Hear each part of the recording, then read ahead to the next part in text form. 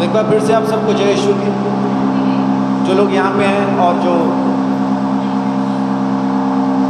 YouTube के through भी सुनेंगे, इनको ऑटोमेटिक है उसमें। आज जो मैं आपके साथ बात करने वाला हूँ परमेश्वर के मंदिर के बारे में। दोबारा से परमेश्वर मेरे साथ बात कर रहे हैं परमेश्वर के मंदिर का निर्माण। परमेश्वर के मंदिर का निर्माण किस तरह से होना है।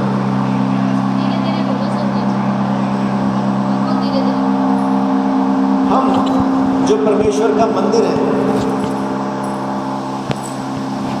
और वो मंदिर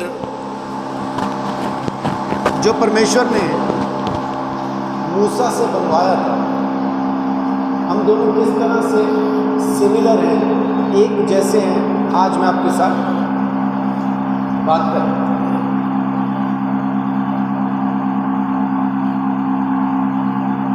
सबसे पहले जब मंदिर बनाने की बारी आई तो मंदिर बनाने की मांग इंसान ने नहीं की। मंदिर बनाया जाए ऐसी मांग इंसान की नहीं थी। निर्गमन 25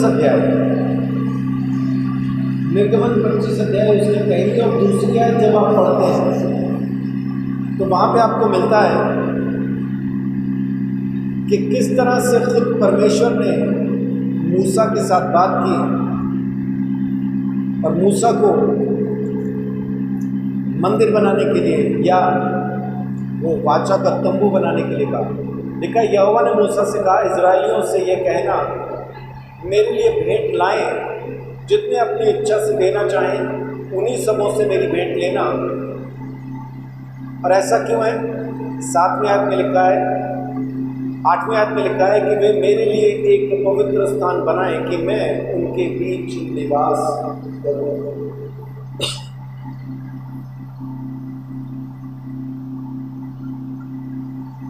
सबसे पहली चीज कि मंदिर का निर्माण हमारी इच्छा नहीं है। मंदिर का निर्माण परमेश्वर की इच्छा है। परमेश्वर चाहता है कि मंदिर बने और वो मंदिर को अपनी मर्जी पर भी नहीं छोड़ दिया तो जैसा चाहे वैसा बन जा, बल्कि एक आदर्श, एक नमूना हमारे लिए वहां रख छोड़ा। जैसा पहला पत्रस 2 अध्याय उसकी 21 आयत में, पहला पत्रस 2:21 में लिखा है,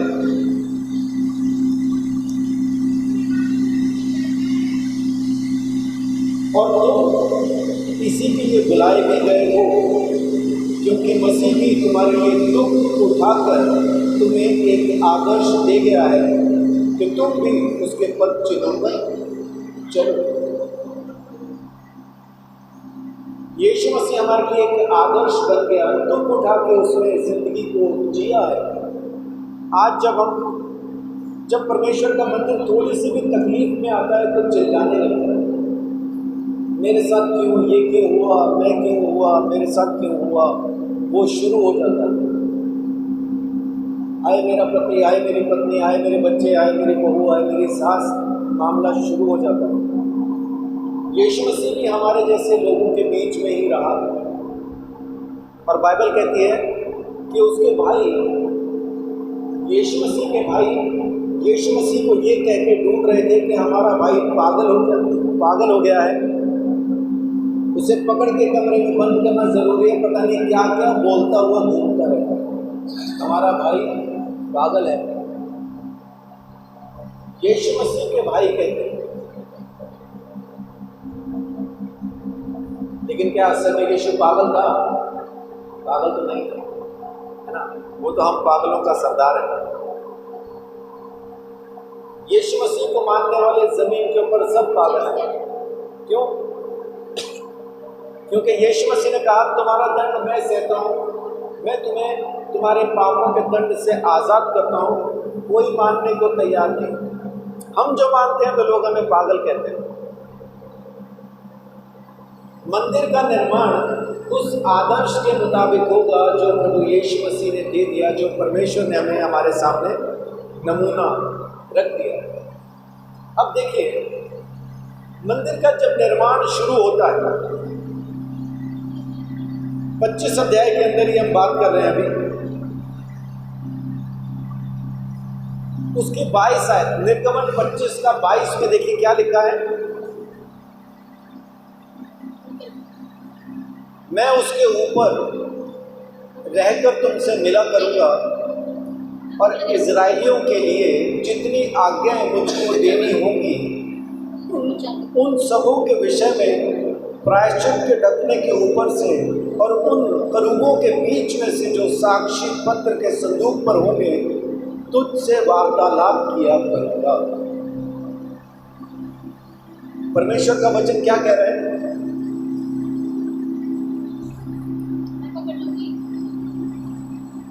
परमेश्वर का वचन कहता है कि जब भी मंदिर बनाया जाएगा, परमेश्वर के मंदिर का निर्माण होगा, तो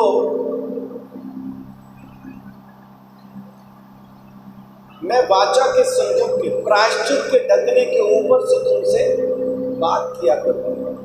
प्रायश्चित का ढकना क्या? कि मनुष्य अपने पापों से तौबा करे, अपना मन फिराए, परमेश्वर के पास आए। जो कोई भी परमेश्वर का मंदिर बनना चाहता है उसके लिए बहुत जरूरी है ये चीज कि वो अपने पापों से मन फिराए, अपने पापों से मन फिराए, तौबा करे, परमेश्वर की बातों को सुनना और मानना शुरू करे। परमेश्वर का वचन कहता है कि वो वाचा के संदूक के ऊपर जो स्वर्गदूत होंगे, उन स्वर्गदूतों के ऊपर वो लोगों से मुलाकात करेगा। इसका मतलब है कि जब मनुष्य प्रायश्चित करता है, मन फिराता है, परमेश्वर के रास्ते पे चलने के लिए अपने आप को तैयार करता है, स्वर्गदूत इस बात का गवाह होते हैं कि इस शख्स ने मन फिराया। मंदिर बनने के लिए अगर आप चाहते हैं कि परमेश्वर का मंदिर बने, तो सबसे पहली चीज जो जरूरी है वो क्या जरूरी है? मन फिराना, अपने पापों से तौबा करना, अपने विचारों को बदल देना। पहले जो हमारे विचार थे वो जमीन के विचार थे, संसार के विचार थे, झगड़े के बदले झगड़ा, लड़ाई के बदले लड़ाई, ये वो बहुत कुछ, दूसरे की चीजों की इच्छा, लालच, चुगली, निंदा, सब कुछ हमारे अंदर था। लेकिन अब परमेश्वर कहता है कि विचार बदल दे, विचार बदल दे। क्योंकि परमेश्वर ईंट गारे के बनाए हुए चर्च में नहीं रहता है ना। जो चर्च बिल्डिंग बनी है, बड़ी बड़ी चर्च बिल्डिंग बना रखी है, जमीन के ऊपर हजारों चर्च बने, एक भी चर्च में परमेश्वर नहीं रहता। परमेश्वर हम में रहना चाहता है, उसने हमें बनाया अपने लिए रहने के लिए, और हम उसको चर्च में ढूंढते हैं जाके। चर्च में नहीं मिलेगा, आप कितना ही ढूंढो मिलेगा नहीं, क्योंकि वहां रहता नहीं। वो आपको अपने विचारों से, अपने ही अंदर आपको उसको तलाशना है ना। उसके विचार, जब परमेश्वर के विचारों से आपके विचार बदल जाएंगे, परमेश्वर आपसे मिलेगा। जब आप परमेश्वर की सोच में सोचना शुरू करेंगे, परमेश्वर मिलेगा। जब तक आप परमेश्वर की सोच अपने अंदर नहीं लाते हैं, परमेश्वर नहीं मिलता। हमें वहम रहता है कि हम परमेश्वर को जान गए, परमेश्वर के पास आ गए, लेकिन वैसा है नहीं। परमेश्वर को जानने के लिए, उसको पहचानने के लिए आपको उसके पास आना जरूरी है, उसकी बात को समझना, मन को फिराना, प्रायश्चित जरूरी है। तो परमेश्वर का मंदिर बनने के लिए सबसे पहली जो जरूरत इंसान को है वो है कि अपने विचार बदल दें। अब मैं कहता हूं कि ये वाला बल्ब बदल दो। बदल दो का मतलब क्या है? बहुत से लोग सोचते हैं बदल दो का मतलब है उतार दो। उतार दो नहीं, बदल दो का मतलब है कि जो बल्ब वहां पे लगा हुआ था उसको उतार के कोई दूसरा वहां पे लगाना। जब आती है ना मन फिराने की बात, तो हम ये सोचते हैं कि ये छोड़ दो, वो छोड़ दो, वो छोड़ दो, ये छोड़ दो, बस छोड़ दो, यानी बल्ब उतार दो। खाली उतार देने से काम नहीं चलेगा। झूठ बोलना छोड़ दो। ये झूठ का बल्ब हमने उतार दिया, अब जैसे उस होल्डर में कोई बल्ब नहीं है, मान लीजिए वहां पे झूठ का बल्ब लगा था और हमने उसको उतार दिया, तो अब तो पूरा अंधेरा है। फिर वो खाली उतार देने से गुजारा नहीं होगा। अब वहां पे एक नया बल्ब, सो प्रभु का धन्यवाद, जो कॉलोनी की ज़रूरत थी वो भी पूरी हुई और हमारी ज़रूरत भी पूरी हुई। सो परमेश्वर का धन्यवाद इस बात के लिए कि उसने हमें ना सिर्फ झूठ का बल्ब उतारने के लिए कहा, बल्कि वो कहता है सच बोलना शुरू कर। लेकिन बहुत बार इंसान क्या करता है कि वो सिर्फ झूठ बोलना बंद करने की कोशिश करता है, सच बोलना शुरू नहीं करता। जब तक आप सच बोलना शुरू नहीं करेंगे, झूठ बोलना बंद करके आपको कुछ फायदा नहीं है। जैसे मैं चोर हूं और मुझे कहा जाए कि चोरी करना बंद कर, तो अगर मैं चोरी करना बंद करूं तो खाली चोरी करना बंद करने से मेरा गुजारा नहीं होगा। गुजारा कैसे होगा? हाँ, अब मुझे क्या करना होगा कि चोरी करना तो बंद कर दिया, लेकिन अब मुझे अपने हाथों से मेहनत करके पैसा कमाना शुरू करना, तब चोरी बंद करने का फायदा है। नहीं तो कुछ दिन के बाद फिर भूख लगेगी और फिर चोरी करूंगा। जब तक मैं वो काम शुरू नहीं करता जो परमेश्वर कहता है कि तू सोच बदल, अब इस सोच को बदल के कौन सी सोच लेके आऊं, वो परमेश्वर की सोच लेके आनी। झूठ बोलना बंद कर दिया, अब करूं क्या? सच बोलना शुरू कर। चोरी करना बंद कर दिया, करूं क्या? मेहनत करना शुरू कर। कितने लोग जानते हैं सबत के दिन के बारे में? सबत का दिन क्या है? विश्राम का दिन। सबत के दिन के बारे में क्या आज्ञा है? हाँ जी, उस दिन कोई काम नहीं करना, है ना। कितने अच्छे से हम वो चीज भूल जाते हैं जो परमेश्वर हमको सिखाना चाह रहा है। सबत का दिन जब भी हम बोलते हैं ना, हमको यही याद रहता है कि आराम करो, लेकिन सबत का दिन कहने से पहले परमेश्वर कहता है 6 दिन काम कर, तब 7वें दिन आराम कर। निकम्मों को परमेश्वर पसंद नहीं करता। आज के नौजवान लड़के वो पबजी में इतना ज्यादा बिजी हैं, सारी रात पबजी, सुबह उठेगा कब जी?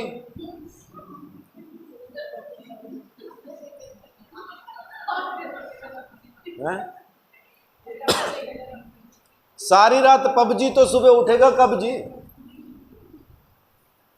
फिर उसको अगर कुछ कह दे मां बाप तो उल्टा चलता है। पंखे से लटक जाऊंगा, जहर खा लूंगा, रेल के नीचे कट जाऊंगा, बसंती दिलवाओ। यानी इनको सलाह भी नहीं दे सकते। इनको समझाने की कोशिश करो तो उल्टा चलते हैं। मर जाऊंगा, कट जाऊंगा, कूद जाऊंगा, फांद जाऊंगा, हट जाओ। और माएँ डर भी जाती हैं ना, मेरा लाल, मेरा नीला, मेरा पीला, मेरा हरा, मेरा गुलाबी है, और उसकी सारी मान लेते हैं। फिर उसको पता चल जाता है चाबी कहाँ लगती है। एक बार वो चाबी काम कर गई, वो सारी जिंदगी वही चाबी लगाता है, पैसे लेता है, चल पबजी, सोएगा फिर उठेगा कब जी, वही चलता उसका। परमेश्वर निकम्मों से मोहब्बत नहीं करता। अगर आप जिंदगी में तरक्की पाना चाहते हैं, परमेश्वर की बातों को माने। तरक्की पाने के लिए 2 काम आपको जरूर करने हैं। पहला, परमेश्वर की बात को माने। दूसरा, माँ बाप का आदर करें। बाइबल कहती है कि जो कोई माँ बाप का आदर करेगा, परमेश्वर उसको आशीष देगा। आशीष पाने का सीधा सीधा एक तरीका है, माँ बाप का आदर करो। अब आदर का मतलब क्या है? वो नहीं कि सुबह उठे तो सलाम कर दिया, रात को सोने लगे तो सलाम कर दिया, वो आदर नहीं है। आदर का मतलब है माँ बाप जो कह रहे हैं, सही सलाह दे रहे हैं, उसको मानो, वो है आदर। किसी का भी अनादर करना हो तो बस इतना काफ़ी कि उसने जो कहा हम नहीं करते, बस उतना काफ़ी। फिर लोग बोलेंगे नहीं जी हमारे माँ बाप ऐसे, हमारे माँ बाप वैसे। परमेश्वर को भी पता था कि मार्केट में आगे चल के ऐसे माँ बाप आने वाले हैं जो आदर के योग्य नहीं होंगे, लेकिन क्यों आदर करना है? क्योंकि परमेश्वर ने कहा कि अपने माँ बाप का आदर कर, बस इसलिए कर। बहुत से घरों में क्या होता है, बेटा शराब नहीं पीता, बाप पीता है, तो शराबी बाप की इज्जत ये बेटा नहीं करता, अपने आप को उसके सामने बढ़िया दिखा के उसकी बेइज्जती करता। वो शराबी है, वो जैसा भी है, तेरा बाप है, तू इज्जत कर, बस उतना कर। वो बिगड़ गया, अपने बचपन में बिगड़ गया, वो उनकी अपनी परेशानी है, नहीं सुधर पाया, उसकी अपनी समस्या है। तो नहीं बिगड़ा तो कौन सा बड़ा कद्दू में तीर मार लिया, है ना। बाप का आदर कर, माँ का आदर कर। तरक्की पानी है, परमेश्वर से आशीष चाहिए तो बहुत जरूरी है कि आप अपने माँ बाप का आदर करें, नहीं तो मेहनत करते रहेंगे लेकिन तरक्की नहीं होगी। वही फकीरी से जोड़ा रहेगा आपका नाता, चाहे कितनी मेहनत करो, है ना, वही चिंदी चोर जैसा हाल रहेगा। तो परमेश्वर का मंदिर बनने के लिए सबसे पहली चीज, प्रायश्चित का ढकना आपके विचारों में आना जरूरी है।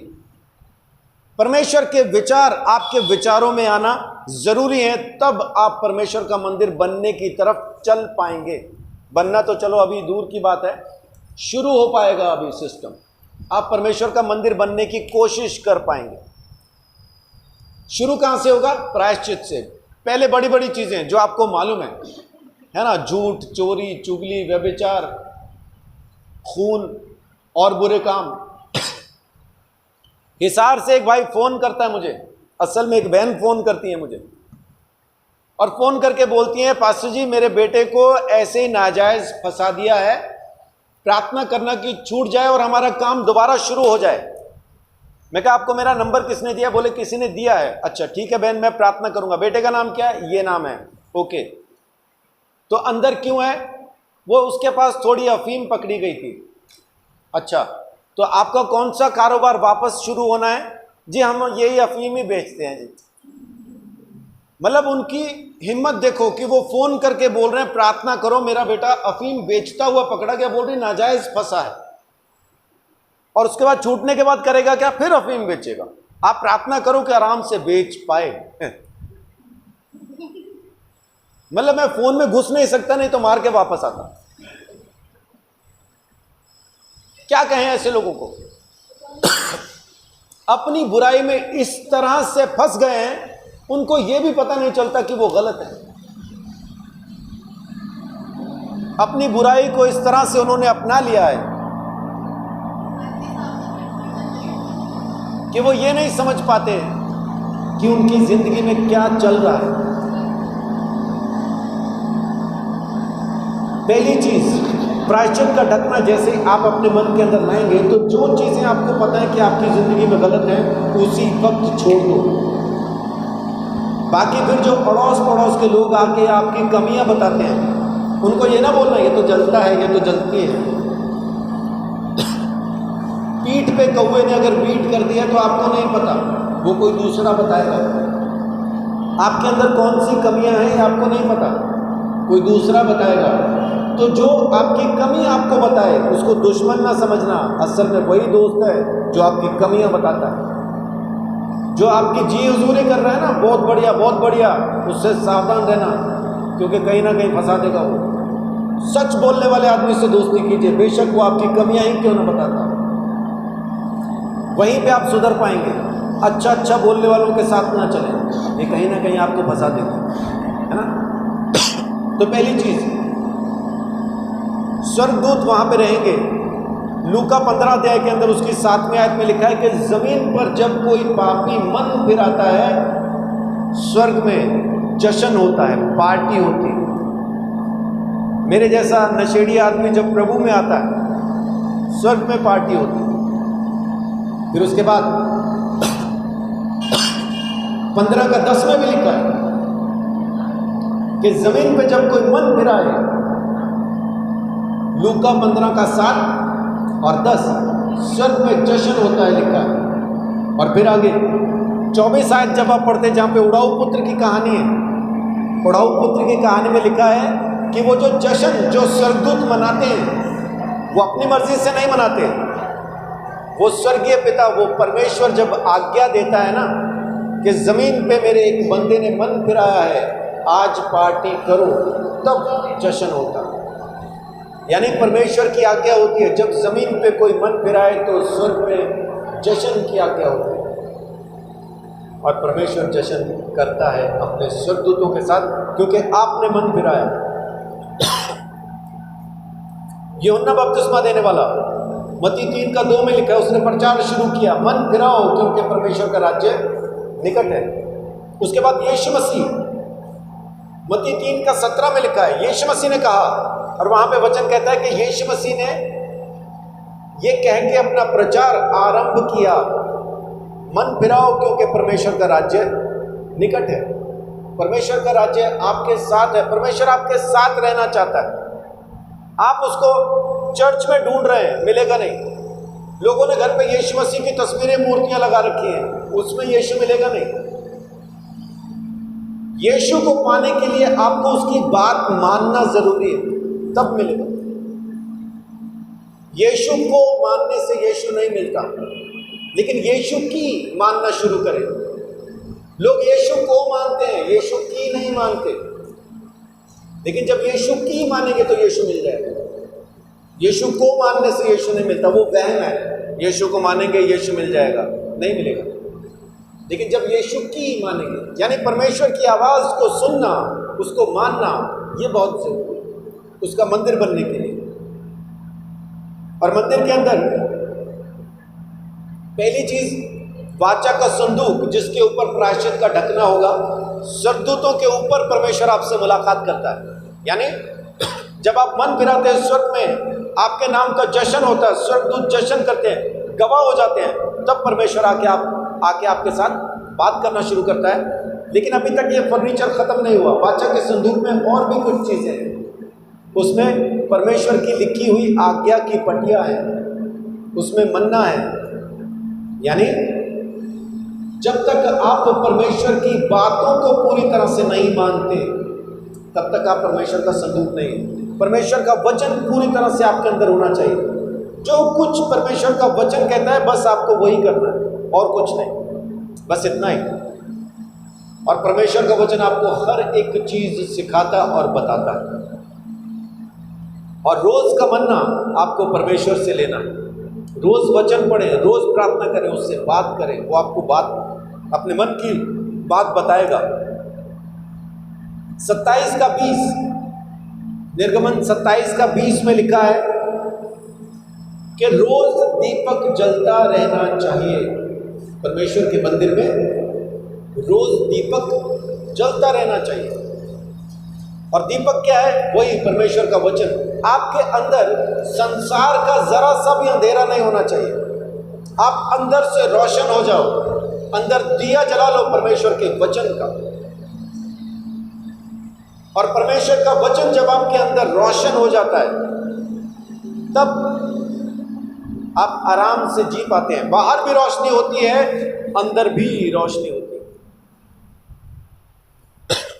और अगर आपके बाहर रोशनी है लेकिन भीतर अंधेरा है तो कुछ फायदा नहीं।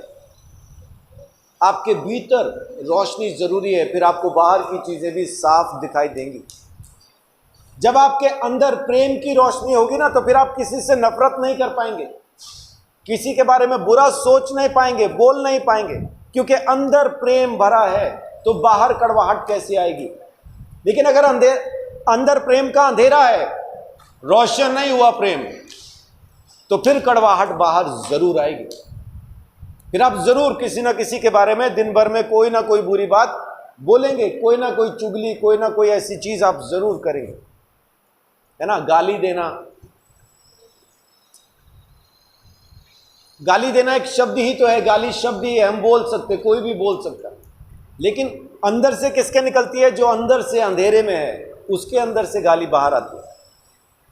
जिसके अंदर अंधेरा नहीं है, उसमें से गाली निकल नहीं सकती। उसमें से वही निकलेगा जो रोशन होगा। और रोशन शब्द जब बाहर आता है तो सामने वाले की जिंदगी को भी रोशनी देता है। और अंधेरे का शब्द जब बाहर आता है तो सामने वाले की ज़िंदगी में भी परेशानी लेके आता है। इसलिए अंदर से उस रोशनी को बाहर आने दें। आपके अंदर 24 घंटे वो रोशनी रहनी चाहिए। परमेश्वर ने अपने तंबू के अंदर एक दीवट रखने को कहा था जिसमें 7 दिए हों, लेकिन जब सुलेमान ने मंदिर बनाया, आपको मालूम है उसने कितने दीवट रखे थे उसमें?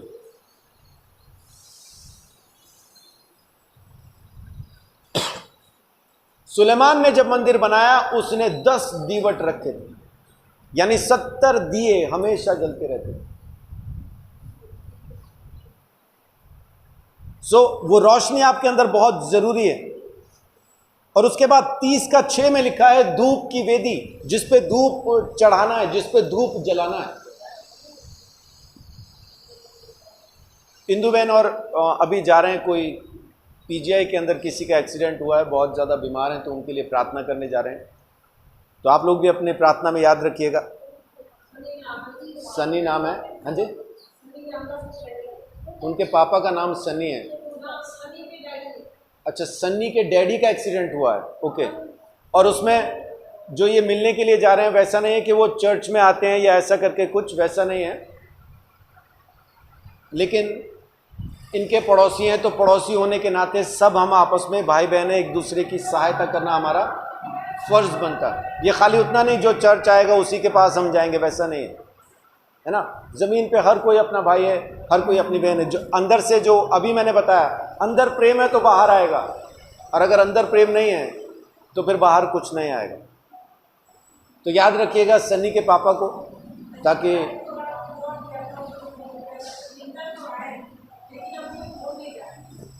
तो बेहोश हैं और तो हालत कुछ खास, सर में चोट आई क्या? अरे यार, तो ज़रूर याद रखिए ना, सन्नी के पापा, हमको नहीं मालूम उनका नाम क्या है, पप्पू पूछ के आना क्या नाम है, ताकि नाम से प्रार्थना कर पाए, है ना। लेकिन अभी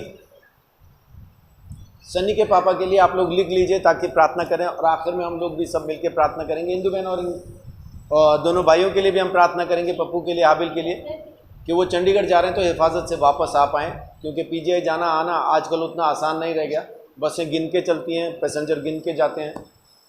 तो भी इंदु बहन जा रही हैं, तो प्रभु उनके साथ रहे।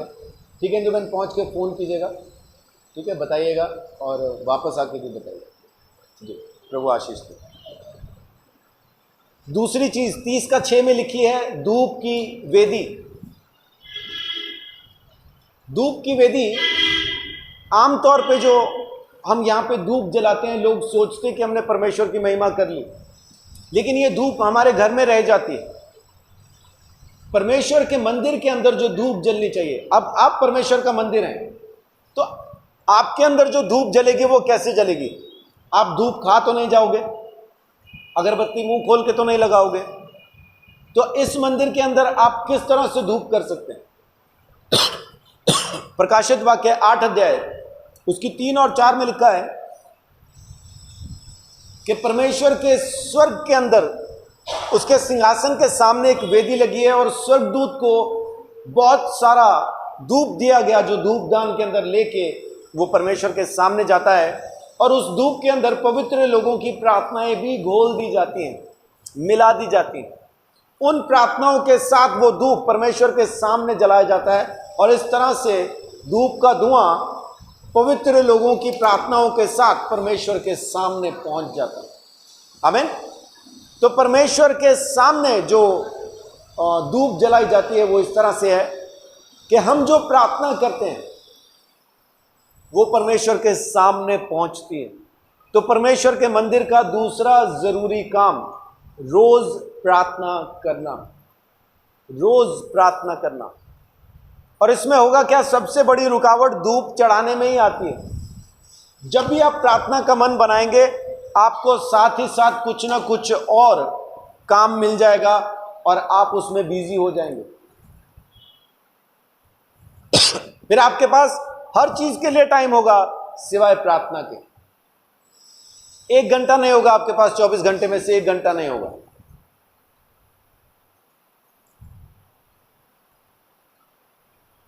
एक CNI के भाई से मेरी मुलाकात हुई, मैंने उनसे पूछा आप प्रार्थना करते हैं? हाँ जी पास्टर जी, रोज प्रार्थना करते हैं। मैं कितने आप कह रहा दिन में तो कई बार हो जाती प्रार्थना। मैं CNI वाले भाई से बड़ा इंप्रेस हुआ। मैं कहा यार हम तो एक टाइम भी करके अकड़ के घूमते हैं, ये दिन में कई बार प्रार्थना करता है। मैंने बोला आप कौन कौन से टाइम और कितनी कितनी देर प्रार्थना करते हैं? सुबह उठते ही धन्यवाद देता हूँ। कितनी देर? बस पास नहीं, उठ के वही बोलना प्रभु धन्यवाद नया दिन दिया, आमीन। अच्छा, फिर ब्रेकफास्ट पे प्रार्थना करता हूँ। अच्छा, लंच पे करता हूँ। अच्छा, डिनर पे करता हूँ। रात को सोते टाइम धन्यवाद बोल के सो आ रहे 5 बार हो गई मगर प्रार्थना तेरी है तो मैं कहे 2-2 सेकंड की, तो वो प्रार्थना नहीं है। खाने के लिए धन्यवाद है, दिन के लिए धन्यवाद है, सारा दिन संभाला उसके लिए धन्यवाद है। आपने परमेश्वर के साथ बैठ के बात कब की, उसकी आवाज को कब सुना? रोज की प्रार्थना जो परमेश्वर के सामने पहुंचने वाली है, कौन कौन सी बातें आप चाहते हैं कि परमेश्वर सुने, वो बातें उसको कहो। वो बातें उसके सामने पहुंचेंगी जब आप उसके सामने बैठ के दुआ करें। परमेश्वर का मंदिर जरूरी है कि उसकी वेदी पे रोज धूप जलाया जाए। अब एक खास चीज, मंदिर का निर्माण। मैं और आप मंदिर हैं तो हमारा निर्माण कौन करता है? हम कहेंगे परमेश्वर ने किया, बड़ी अच्छी खबर। लेकिन मंदिर का निर्माण इस तरह से होता है जैसा आज मैं आप लोगों को सिखा रहा हूं।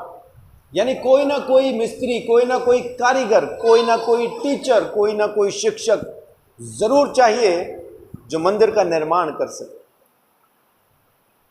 और बाइबल हमें बताती है 35 का 34 में, निर्गमन 35 का 34 में बाइबल कहती है कि शिक्षा देने की शक्ति भी परमेश्वर यहोवा ने ही दी है। मंदिर निर्माण के लिए जो शिक्षा चाहिए, वो शिक्षा देने की शक्ति परमेश्वर ने ही दी है। इसलिए याकूब अपने 3 अध्याय में कहता है कि तुम में से बहुत सारे लोग अपने आप उपदेशक नहीं बनो, क्योंकि वचन में चूक कर जाते हो। परमेश्वर के मंदिर का निर्माण परमेश्वर चाहता है किया जाए, लेकिन करवाएगा किनसे? जो इस काम के लिए तैयार हैं। जो इस काम के लिए तैयार है परमेश्वर उनसे इस काम को करवाता है।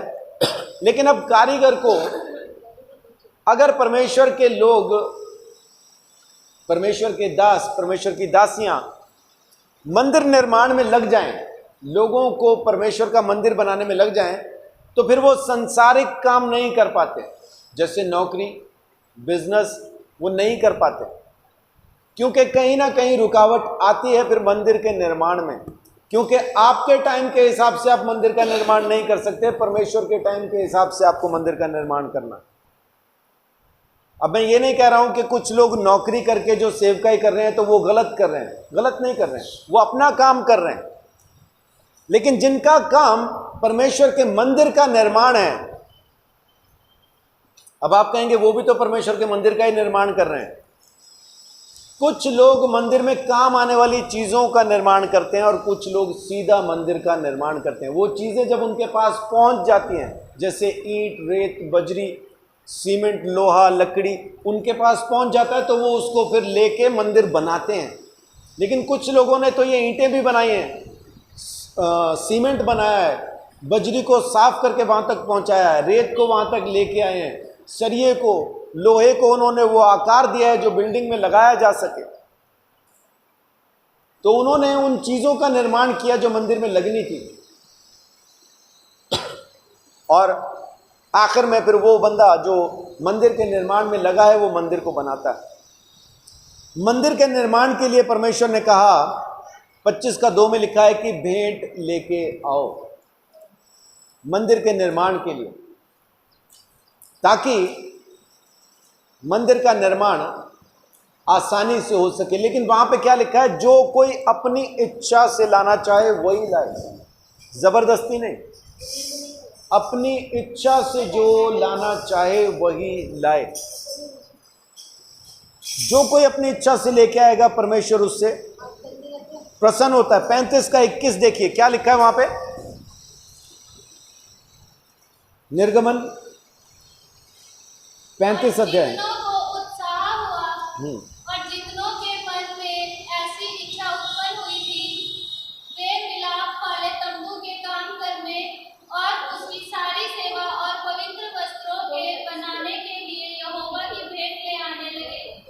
कौन लोग लाने लगे? जिनमें उत्साह हुआ, जिनमें इच्छा पैदा हुई।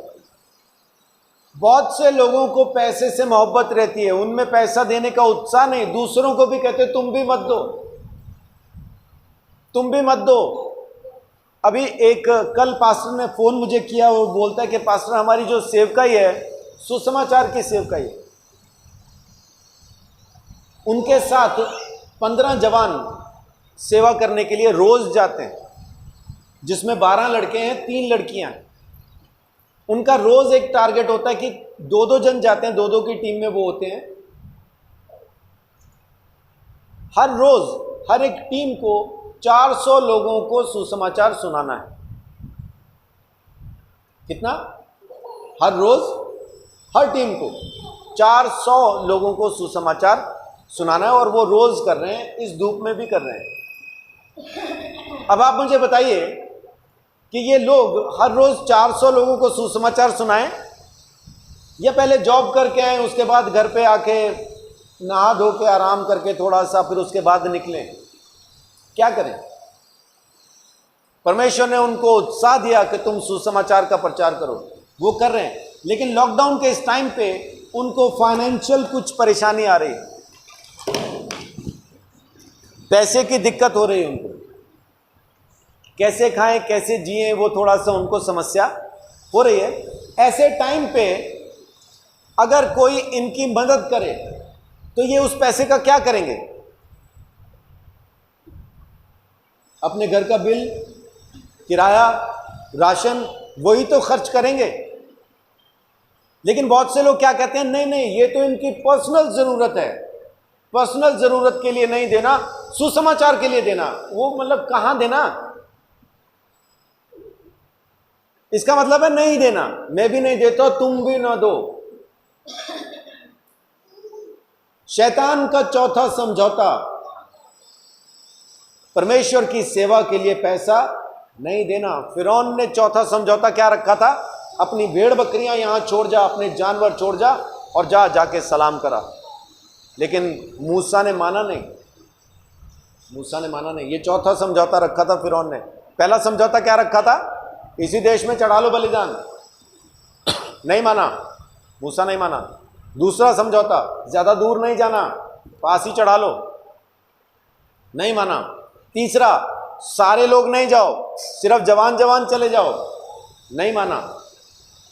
चौथा समझौता, अच्छा चलो जंगल में भी चले जाओ, दूर भी चले जाओ, सारे के सारे भी चले जाओ, पर अपने पशु जो उस वक्त पैसा हुआ करते थे मेरे पास छोड़ जाओ। आज भी बहुत सारे ईसाई अपने पशु, अपना पैसा शैतान के हाथ में सौंप के चर्च में आना चाहते हैं, क्योंकि उनको पता है वापस जाएंगे तो शैतान वो पैसा उनको फिर लौटा देगा। ले खा पी मौज कर, खा के मर जा, क्योंकि तुझे सुसमाचार से तो कोई लेन देन है नहीं। अब इन लोगों की मदद करना कुछ लोगों की नीयत में पागलपन होगा। अरे जवान लोग हैं, अपना कमा के खा सकते हैं, खा सकते भाई, वो उन्होंने अपनी जिंदगी परमेश्वर की महिमा के लिए दी है। और अगर मेरे पास पैसा है तो क्यों ना फिर मैं उनकी मदद करूं, ताकि वो आराम से जाके सुसमाचार को सुना सके।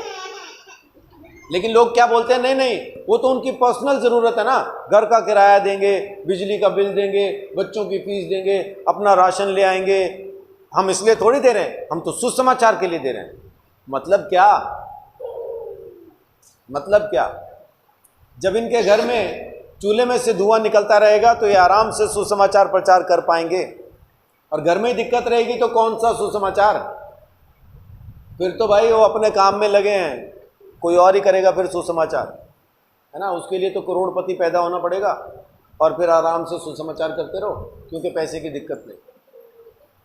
यहां पे परमेश्वर क्या कह रहा है? 35:5 में, 35:5 में परमेश्वर कहता है, तुम्हारे पास से यहोवा के लिए भेंट ली जाए, अर्थात जितने अपनी इच्छा से देना चाहें वे यहोवा की भेंट करके ये वस्तुएं ले आएं। आगे लिस्ट है, सोना चांदी, यहां से तो बातचीत शुरू करता है परमेश्वर। यहां से बातचीत शुरू होती है मंदिर निर्माण की। जब आप मंदिर निर्माण में हाथ बटाएंगे, परमेश्वर आप पे अपने आप आशीष लेके आता है। आप हाथ नहीं बढ़ाएंगे तो आपके ऊपर दंड नहीं आएगा, कोई श्राप नहीं पड़ जाएगा। आप कुछ ना करो, सुसमाचार प्रचार के लिए पैसा ना दो तो इसका मतलब ये नहीं कि आप पैसा नहीं देंगे तो सुसमाचार प्रचार नहीं होगा। सुसमाचार तो तब भी प्रचार होगा, बस आपका उसमें नाम नहीं होगा कि आपने उसमें हाथ बढ़ाया। अगर आपको इस बात से फर्क नहीं पड़ता तो दिक्कत नहीं।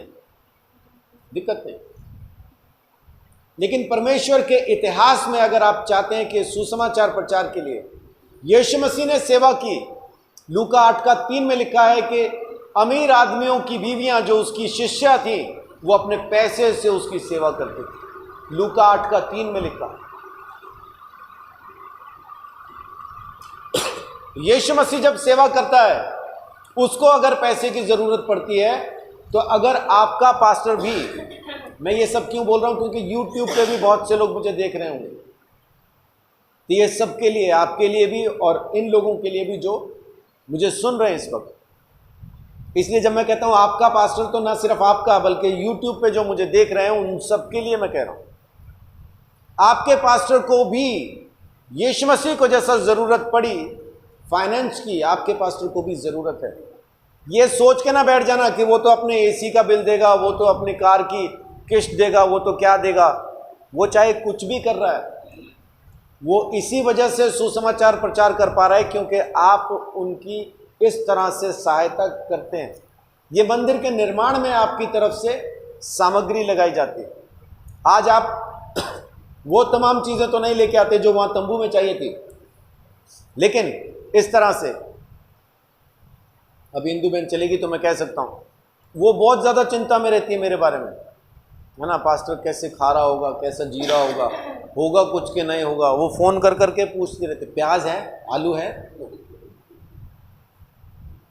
गुड्डू को भेज दो, गुड्डू की रेस लगी रहती है। उस दिन पिछले संडे वो आटा लेके आई थी, यानी उनको मेरे बारे में बड़ा ख्याल रहता है कि पास्टर पता नहीं उसके पास कुछ है कि नहीं, और प्रभु के अनुग्रह से ऐसा भी है कि किसी से मांगा भी नहीं कभी, तो प्रभु अपने आप देता भी है, इंतज़ाम भी करता। तो अगर मुझे भी आटे की ज़रूरत है तो सभी पादरियों को है भाई, है ना, आपके पास्टर को भी है तो दीजिए। उससे क्या होगा, मंदिर का निर्माण होगा। आपका पास्टर मंदिर का निर्माण कर पाएगा जो कि परमेश्वर यहोवा की उपस्थिति की जगह है। ईंट गारे की बात नहीं कर रहा हूं, इस मंदिर की बात कर रहा हूं। ईंट गारे का मंदिर तो एक बार खर्चा करो तो बन जाता है सालों सालों के लिए, लेकिन ये जो मंदिर का निर्माण है उसकी रोज़ की ज़रूरत है, क्योंकि एक मंदिर बना, आज दूसरा बनना है, कल तीसरा बनना है, फिर चौथा बनना है, फिर पांचवा बनना है, छठा बनना है, हज़ारों, लाखों, करोड़ों मंदिर बनने उसके लिए रोज़ चाहिए। परमेश्वर का वचन कहता है कि उसके लिए लेके आओ, भेंट लेके आओ, लेकिन अपनी इच्छा से लाओ, ज़बरदस्ती कोई नहीं। इसका कोई दंड आप पे नहीं आएगा, नहीं दोगे तो कोई दंड नहीं है, श्राप नहीं है, कोई महामारी नहीं आ जाएगी आप पे। बस निर्माण में आपका हाथ नहीं होगा, बस उतना ही है, इससे ज़्यादा कुछ नहीं। तो देना है आपकी इच्छा, नहीं देना है तो आपकी इच्छा। अब आगे क्या कहता है परमेश्वर का वचन, अभी 25 से पढ़ते हैं, 25 से लेके 29 तक, 35 का निर्गमन, 35 का 25 से लेके 29 तक मैं पढ़ता हूं। लिखा है, जितनी स्त्रियों के हृदय में बुद्धि का प्रकाश था वे अपने हाथों से सूत काट कर नीले बैंजनी लाल रंग के सूक्ष्म सनी के काते हुए सूत ले आई। 26 में लिखा है, जितनी स्त्रियों के मन में बुद्धि का प्रकाश था उन्होंने भी यही काम किया। और आगे 29 आयत फिर लिखा है, जिस जिस वस्तु के बनाने की आज्ञा यहोवा ने मूसा के द्वारा दी थी उसके लिए जो कुछ आवश्यक था उसे वे सब पुरुष और स्त्रियां ले आई। कौन कौन ले आया? जिनके हृदय में ऐसी इच्छा उत्पन्न हुई थी। इस प्रकार इजरायली यहोवा के लिए अपनी ही इच्छा से भेंट ले आए। यानी लाएगा कौन? जिसमें बुद्धि का प्रकाश होगा, जो परमेश्वर के लिए सोचता होगा, जिसकी बुद्धि रोशन होगी, वही परमेश्वर के लिए भेंट ला सकता है अपनी इच्छा से।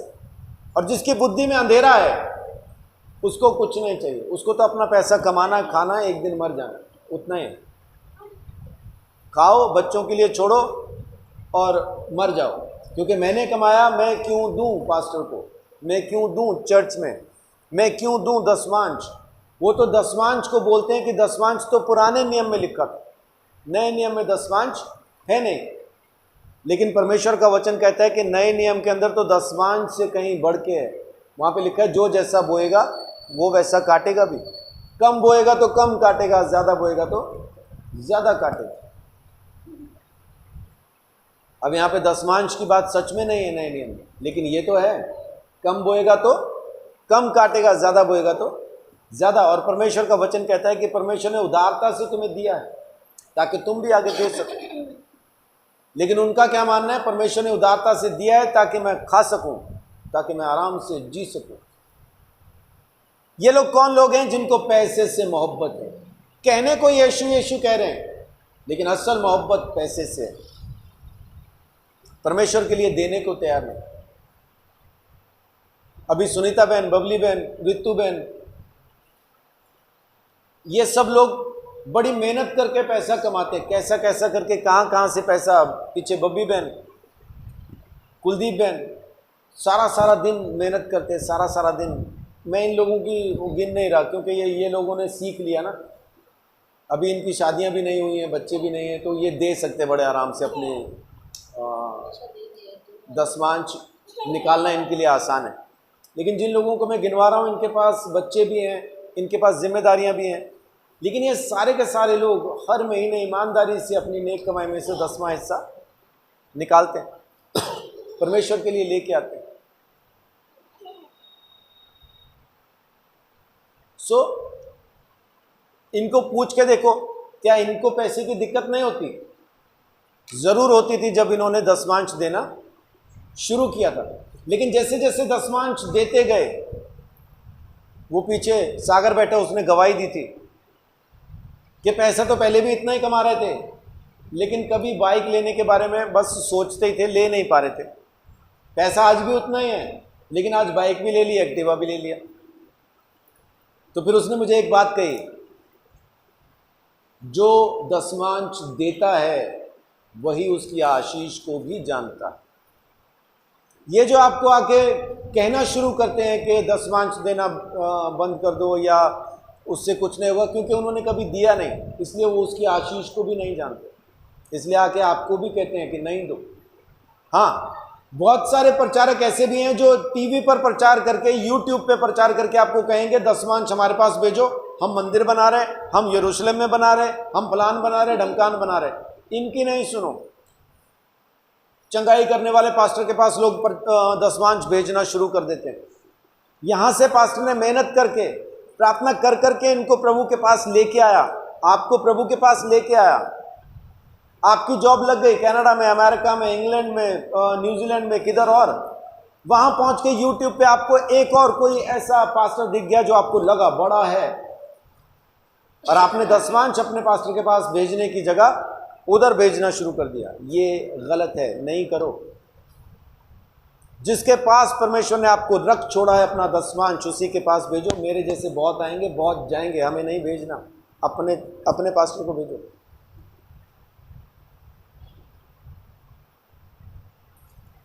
अपने चर्च में भी अगर कोई दूसरा बंदा आ जाता है, दूसरे चर्च से आ जाता है, तो हम उसको सिर्फ आने देते हैं, दसवांश उसका उसी के चर्च में जाता है, हम नहीं लेते, क्योंकि उसके पास्टर ने उसके लिए प्रार्थनाएं की हैं, मेहनत की है, उसको प्रभु में खड़ा किया है, मजबूत किया है। आज जब वो इस लायक हो गया कि परमेश्वर के मंदिर के निर्माण में कुछ हाथ बढ़ा पाए, तो हम उसको छीनना शुरू करें, वैसा नहीं है। वो अपने चर्च में देता है। अपने चर्च में बहुत सारे लोग आए, लेकिन जब दसवांश की बारी आती थी तो वो अपने ही चर्च में भेजते थे, अपने ही पास्टर को भेजते थे। हमने नहीं लिया उनसे, बल्कि कहा उधर ही भेजो। फिर कुछ पास्टर्स ने फ़ोन करके मुझे इस चीज़ के लिए धन्यवाद भी कहा कि धन्यवाद पास्टर जी, आपने हमारे बंदे को आने तो दिया, लेकिन दसवांश हमारे पास ही भेज रहे हैं। हाँ भाई पास्टर जी, मेरे लिए भी प्रार्थना करना, ताकि मेरी बेड़े भी ऐसा ही करें, जो मेरे पास आते हैं वो लोग भी यूँ ही करें, मेरे लिए भी प्रार्थना करें, क्योंकि इसी पैसे से परमेश्वर के मंदिर का निर्माण होना है। बेशक इससे मेरे घर का किराया जाता है, मेरे बच्चों की फीस जाती है, मेरा राशन आता है, चाहे कुछ भी होता है, लेकिन इन्हीं की वजह से मैं निर्माण कार्य में लगा हूँ।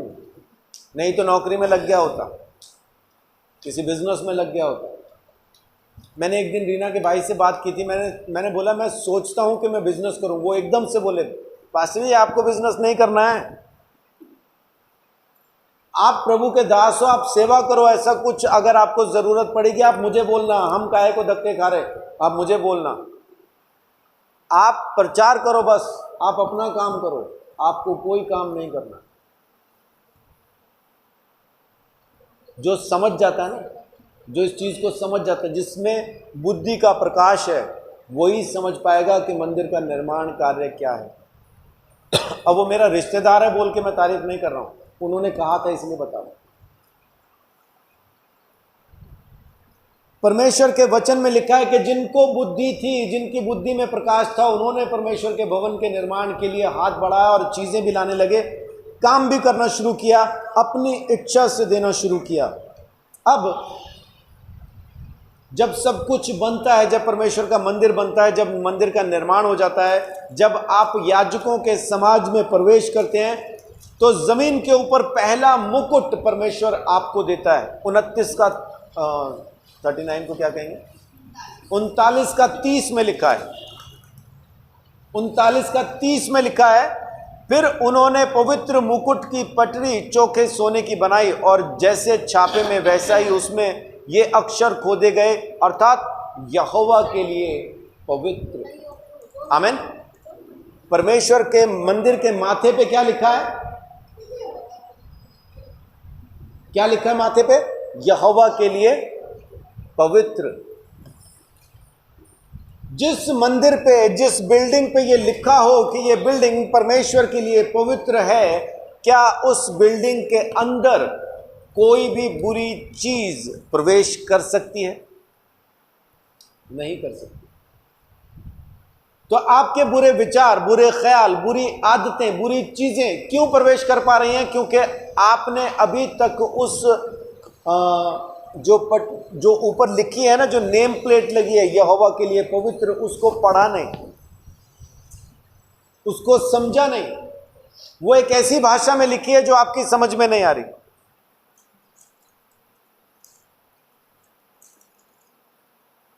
एक हिंदुस्तानी भाई पाकिस्तान चला गया, वहां लंगर बट रहा था, उसको बताया उधर लंगर बट रहा है, ये भी भाग के गया, वहां लाइन लगी थी, ये भी लग गया, और आगे उर्दू में कुछ लिखा था, उस दरवाजे पे उर्दू में कुछ लिखा था। अब इसको तो पढ़ने नहीं आते, तो लाइन में लगा है, लंगर मिलेगा बोल के। लेकिन एक बंदा जाता है, काफी देर तक वेट करना पड़ता है, तो ये पूछ रहा है कि लंगर बट रहा है तो अंदर क्या करते हैं? तो वो बंदा पलट के देखता है, उसको बोलता है, वो दरवाजे पे देख क्या लिखा है। कह रहा मुझे पता नहीं, उर्दू में लिखा है, मैं पढ़ना नहीं जानता। वो दरवाजे पे लिखा है बाथरूम, ये बाथरूम की लाइन लगी है।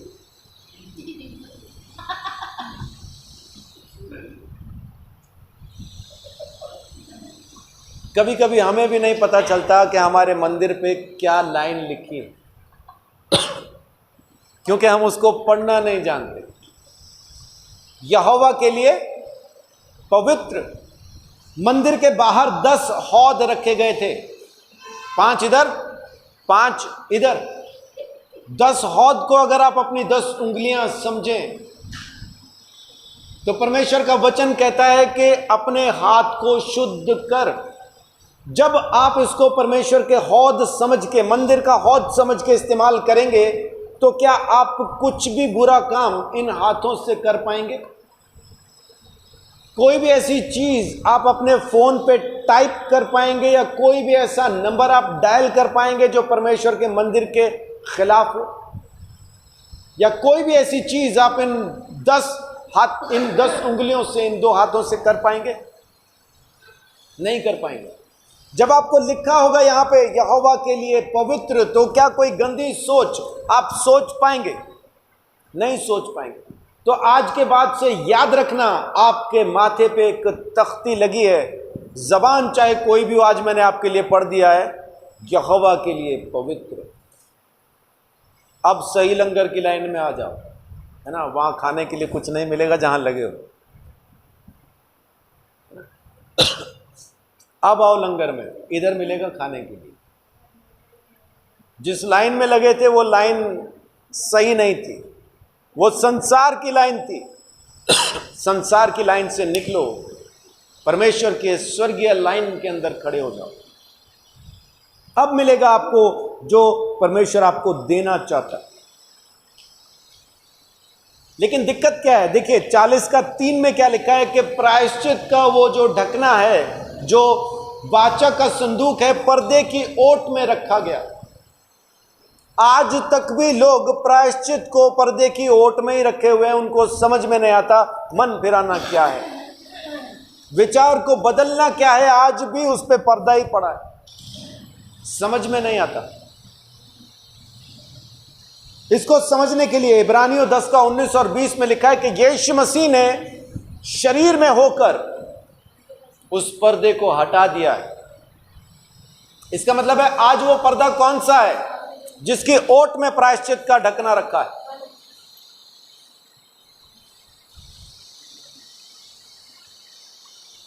मेरी तरफ ध्यान रखिए ना, चिड़िया गई, बिल्ली गई, उस छोड़ दीजिए, मेरी तरफ ख्याल रखिए।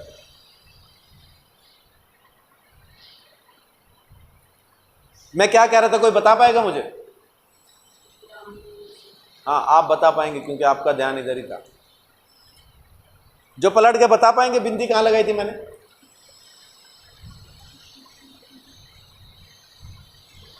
प्रायश्चित का ढकना आज भी पर्दे के अंदर ही पड़ा है। और ये पर्दा फटता कब है, हटता कब है? प्रभु यीशु मसीह में। इब्रानियों 10:19 और 20 क्या लिखा है वहां?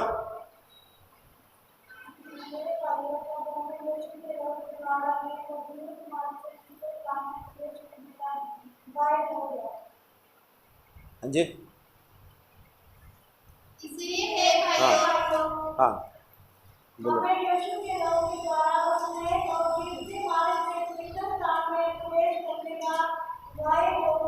याव हिम्मत हो गई पवित्र रास्ते में प्रभु यीशु मसीह के द्वारा प्रवेश करने की, हमें भी हिम्मत हो गई। आगे 20 आयत में क्या लिखा है? जो उसने पर्दे अर्थात अपने शरीर में से होकर हमारे लिए अभिषेक किया है। आमीन। पर्दे में से होकर अर्थात अपने शरीर में से होकर हमारे लिए अभिषेक किया है। आज प्रायश्चित के ढकने पे कौन सा पर्दा पड़ा है? शरीर का पर्दा, शारीरिक कामों का पर्दा, संसार का पर्दा, अंधकार का पर्दा। जब तक आप अपने शरीर से अलग होके आत्मा में जीना शुरू नहीं करेंगे, यह पर्दा नहीं हटता। यीशु मसीह ने यह पर्दा हटा दिया अपने शरीर में होकर। संसार आज क्यों यीशु मसीह को स्वीकार नहीं कर पा रहा? क्योंकि उनको भी यह मन फिरा के स्वर्ग जाने की बात समझ में नहीं आती। ऐसा कैसे हो सकता है कि कोई मन फिरा यीशु मसीह को स्वीकार करे और स्वर्ग का अधिकारी हो गया? कैसे? शरीर मानने नहीं देता, शरीर मानने नहीं देता। यह पर्दा इस प्रायश्चित के ढकने पे आज भी पड़ा है, इसे हटाना जरूरी है। शरीर के कामों को मारना आपके लिए बहुत जरूरी है। और शरीर के सारे काम बुरे और खराब हैं। इन कामों को करने वाला परमेश्वर के राज्य में प्रवेश नहीं कर पाएगा, क्योंकि वो प्रायश्चित के ढकने तक पहुंच नहीं सकता, क्योंकि उसकी मुलाकात परमेश्वर से कभी हो नहीं पाई। क्योंकि परमेश्वर प्रायश्चित के ढकने पे गवाहों के ऊपर, स्वर्गदूतों के ऊपर आपसे मुलाकात करता और बात करता। वो बहुत ज़रूरी है।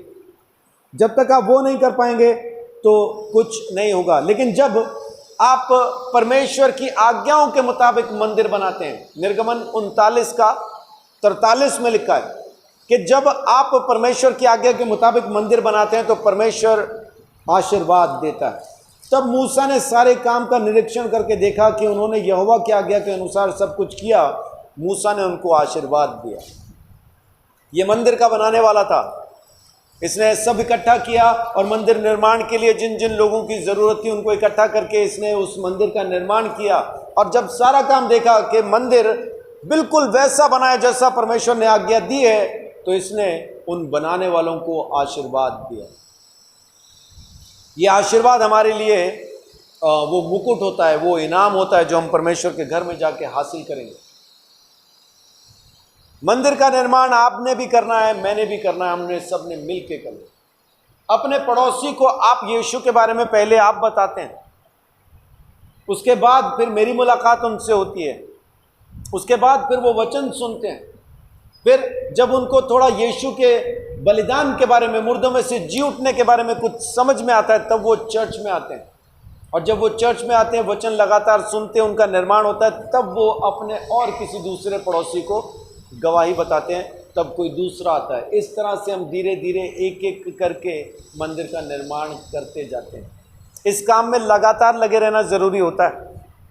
बहुत से लोग कहेंगे प्रचार तो 2-3 घंटे में किया जा सकता है, बाकी दिन काम करो।